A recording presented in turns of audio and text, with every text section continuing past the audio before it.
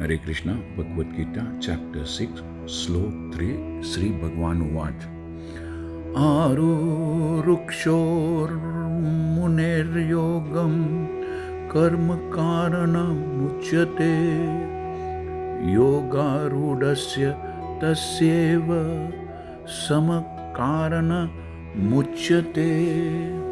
श्री कृष्ण भगवान समझा रहे हैं कि अष्टांग योग के नव साधक, a new student of the अष्टांग योगा के लिए कर्म साधन कहलाता है और योग सिद्ध पुरुष के लिए सभी भौतिक कार्यकलापों का परित्याग ही साधन कहा जाता है।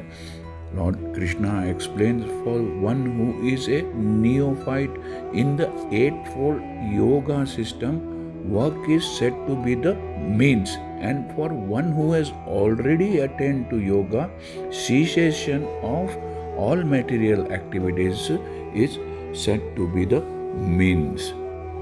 परमेश्वर से युक्त होने की विधि योग कहलाती है।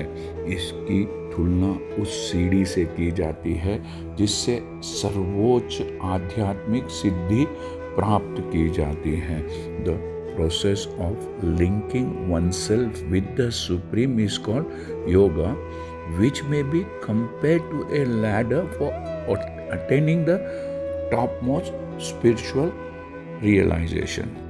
यह सीढ़ी जीव की अधम अवस्था, लोअर पोजीशन से शुरू होकर आध्यात्मिक जीवन के पूर्ण साक्षात्कार तक ले जाती है। This ladder begins from the lowest material condition of the living entity and rises up to the perfect self realization in pure spiritual life. विभिन्न चढ़ावों के अनुसार इस सीढ़ी के विभिन्न अलग अलग नाम है, किंतु कुल मिलाकर यह पूरी सीढ़ी योग कहलाती है और इसे 3 भागों में डिवाइड किया जाता है: ज्ञान योग, ध्यान योग और भक्ति योग। According to various elevations, different parts of the ladder are known by different names, but all in all the complete ladder is called yoga and may be divided into 3 parts, namely jnana yoga, dhyana yoga and bhakti yoga. सीढ़ी के प्रारंभिक भाग को योग रुरुक्ष अवस्था और अंतिम भाग को योगारूढ़ कहा जाता है। The beginning of the ladder is called the yoga rurukshu stage and the highest is called योगारूढ़ा।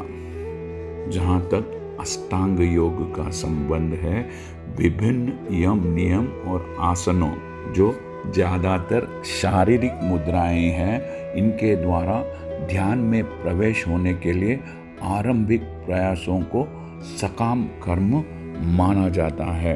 Concerning the 8-fold yoga systems, attempt in the beginning to enter into meditation through regulative principles of life and practice of different sitting postures, which are more or less bodily exercises, are considered futile material activities.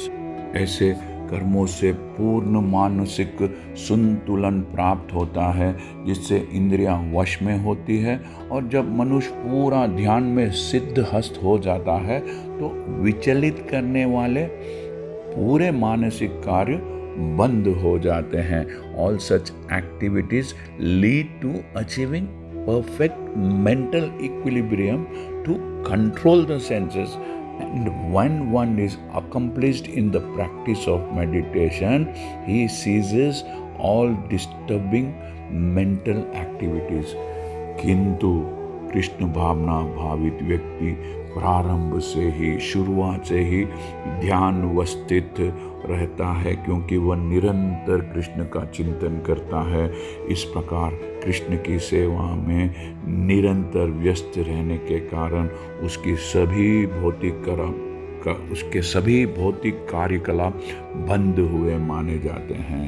A Krishna conscious person is however situated from the beginning on the platform of meditation, because he always thinks of Krishna and being constantly engaged in the services of Lord Krishna, the Supreme Personality of Godhead, he is considered to have ceased all material activities. हरे कृष्णा। यदि आपको यह channel पसंद आया तो subscribe कीजिए, like कीजिए और इस चैनल को ज़्यादा से ज़्यादा भक्तों में शेयर कीजिए। Thank you. हरे कृष्णा।